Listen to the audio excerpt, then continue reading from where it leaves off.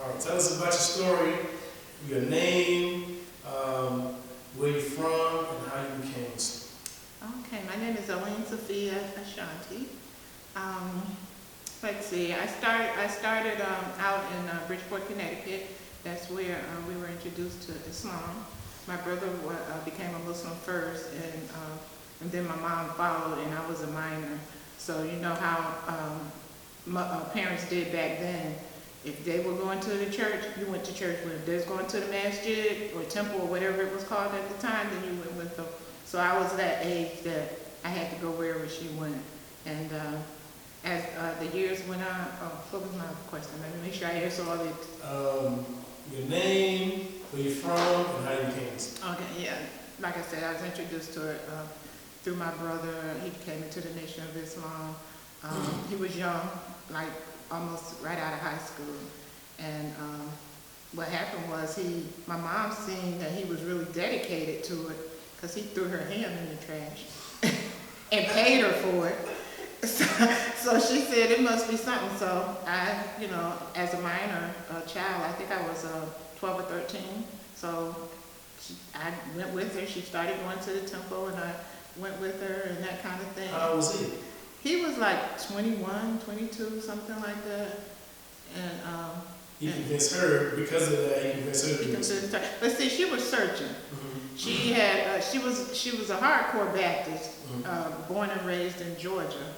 So you know how that is. And but she was searching. I remember her taking me to Kingdom Hall. We didn't go to no synagogues or anything like that, but different churches and stuff, but nothing satisfied her. But when she seen him so dedicated, throwing her food away in the trash and paying her for it, so he didn't just leave her hanging, she said, it must be something to it. So she started going to the temple. And at the time, you had to write a letter to become a Muslim.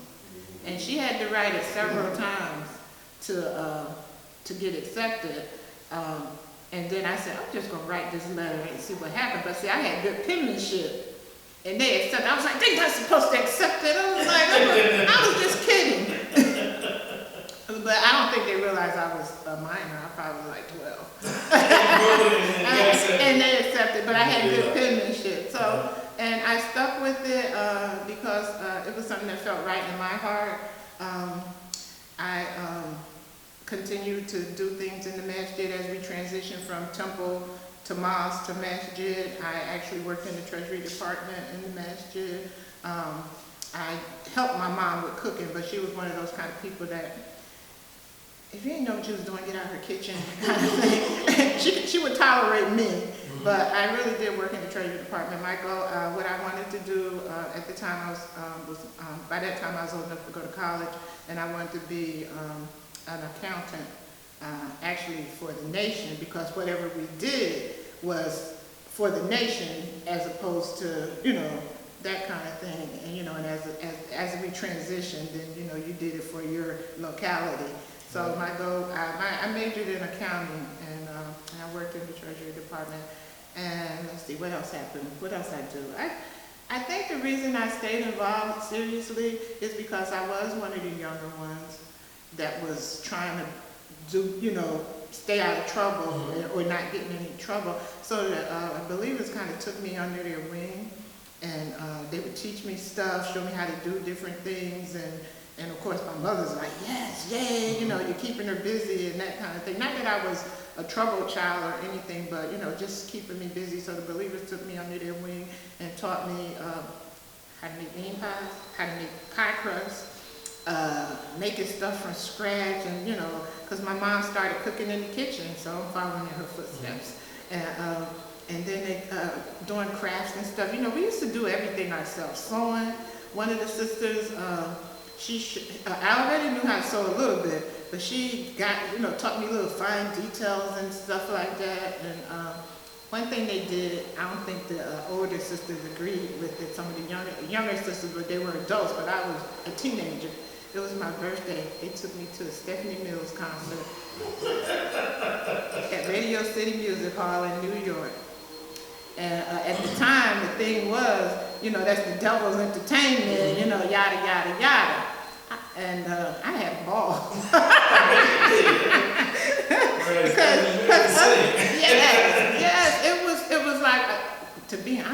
like my first and last concert, because as I got older, that I wasn't interested in it, but they took me to a step. I remember so many sisters having something to say about them doing, taking me to that concert. They said, you corrupting that little girl, and all that little kind of stuff. But it was just really, really nice. But one of the sisters, her brothers, were real active at Master Malcolm Shabazz.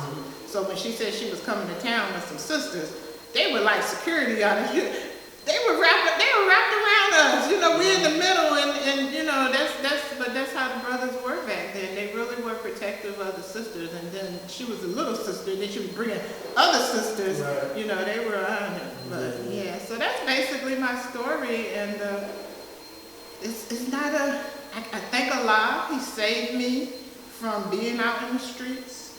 He turned my heart towards Him at an early age. So I had no desire to be in the streets. I had no desire to try alcohol. I had no desire. I'm telling you, being grown though, trying to impress a boy, even though he wasn't a Muslim, I tried smoking a cigarette and I got choked so bad that I never picked a cigarette up again. Right. But that's the only thing I tried. But no alcohol, no smoking weed. I would be with some of my friends and stuff, and they'd be smoking weed, and I'd act silly just like them, but I hadn't smoked nothing.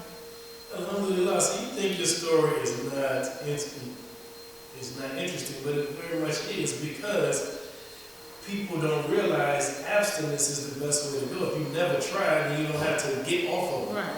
And then people exist who've never tried it. It's something that people never even fathom. So that's a very interesting story. The other thing is that your mother accepted it. Generally speaking, it's a person who accepts it, and then they got to get their family to accept them afterwards. What your mother accepted, that's another intricate part of the story that's unique to you. And that your brother was the one that influenced her to do it. So it's a really interesting story. I really appreciate it. What advice would you give to someone who is interested in Islam? If you're interested in Islam, Islam is not hard. Sometimes we'll say it's hard. It's not hard. It's not hard to do right. We make things hard for us because we don't want to do right. So if you have made your mind up that you want to become a Muslim, then you have made your mind up that you want to live a different life. Now, you don't say, I want to be a Muslim, and you keep doing the things that you've been doing. Because once you decide to become a Muslim, then you're obligated to change your life. And it's up to you. See, the thing about Islam, it's not based on what my father or my brother or my sister. It's based on what you do, and you have to answer for your actions. So once you become a Muslim, if you say, I'm ready to make Shahada, and you say, La ilaha illallah, then you have said that I'm ready, Allah, I'm ready to change my life. That's not the translation, but that's what you have said.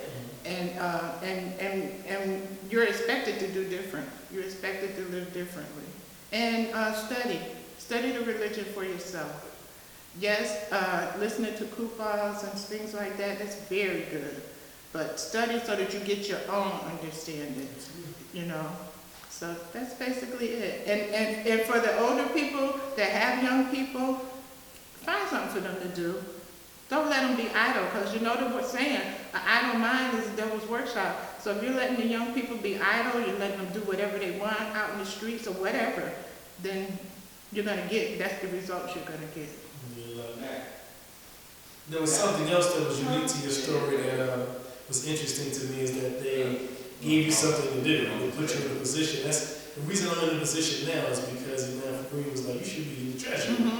And then I have an obligation to do as best as I can in the treasury. Right. So I was never able to leave the masjid. I had to be here, Sister Jackie's here, count money and all those things. So when you give them something, a task to do, then they'll step up to the plate for that. So the sister saw that in you at an early age, and they gave you something to do, and you're here right now. Yes, something to do. That's something to teach us for future reference. Exactly, and by giving them something to do, it gives them ownership. And when somebody has ownership in something, they take a little more pride in it, and they might do it. That's why I recruited Layla to help me in the kitchen, but now she wants me to teach her how to cook. So it's gonna be a win-win for both of them. That's beneficial knowledge. Yeah, that's beneficial knowledge.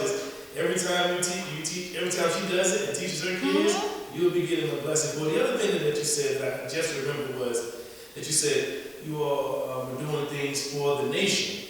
If you do things with maybe a higher purpose, then people are more likely to do it. And if you have that in mind, instead of your individual, I want to be rich, I want to buy a car, and I want to buy this house. All of those things are things that we should aspire for. But if you aspire for a bigger purpose, I want to make this masjid bigger, or I want to make this community bigger.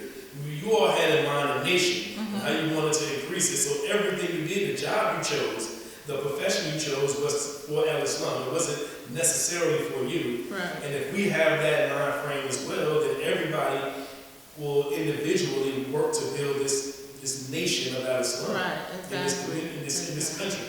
Exactly, and that's what we should be working for, is to establish Islamic communities, and you know, that's basically, you know, that's what Imam Wafdi Muhammad talked about. I mean, of course, that's what Elijah Muhammad talked about, but Imam Wafdi Muhammad continued that conversation of establishing Islamic communities. So that's what our goal is. Right. You know, that's what our goal should be. We got to remember that New Africa, because if we do, then we realize that's what we are working for. Right.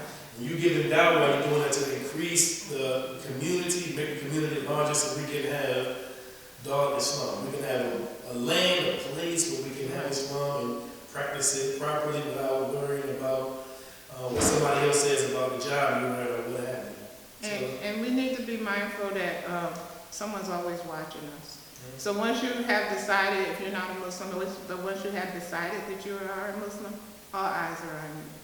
They might not say anything, but somebody will come back to somebody. They might know Brother Kareem.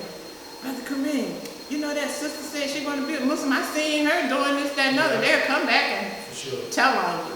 So you have to be mindful not only that Allah is watching you, but people in general. And you could be the one person that they know that's a Muslim. And if you're the one person that's kind of shady, that might not be, you know, such a good thing.